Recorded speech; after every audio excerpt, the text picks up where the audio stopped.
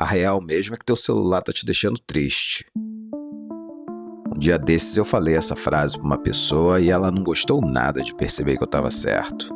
Sim, eu tava certo, mas não tô falando isso apenas pra me vangloriar. Tô falando isso porque eu já senti na pele esse tipo de tristeza, sabe? É um negócio ruim, tristeza assim, de fato você tá triste. Na verdade é quase uma náusea de ficar vendo as mesmas coisas durante muito tempo. Eu sei que tem gente que gosta, mas eu prefiro manter uma distância segura desse tipo de conteúdo. Tem o lance do algoritmo, né, que fica te mandando sempre a mesma coisa pra te deixar ali preso no mesmo ciclo de loucura todo dia. Isso já não é mais mistério pra ninguém, já tem um bando de filme, um monte de livro que fala sobre isso.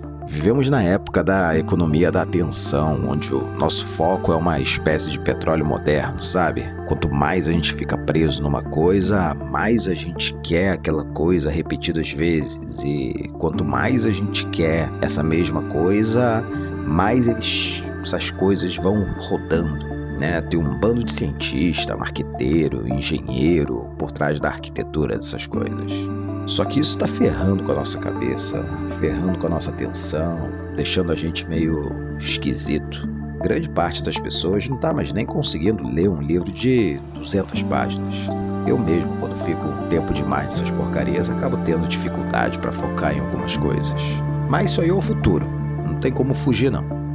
Esse rolê de redes sociais é lucrativo pra caramba e não tem mais volta. Dá pra pensar nessas questões de consumo consciente, de normas sociais e regulações para espaços específicos, mas não adianta ficar naquela de tentar proibir ou de ficar tripudiando.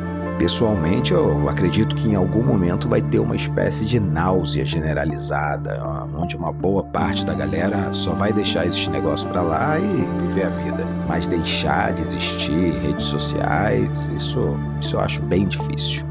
Karl Marx criou aquela teoria da luta de classes, onde tem as classes opressoras lutando contra as classes oprimidas, né? Antigamente eram patrões contra os empregados e depois a turma foi adaptando esse conceito para um monte de coisa diferente. Homens contra mulheres, pretos contra brancos, Estado contra o indivíduo, mas sei lá. Acho que para mim hoje a grande luta de classes é os atentos contra os desatentos.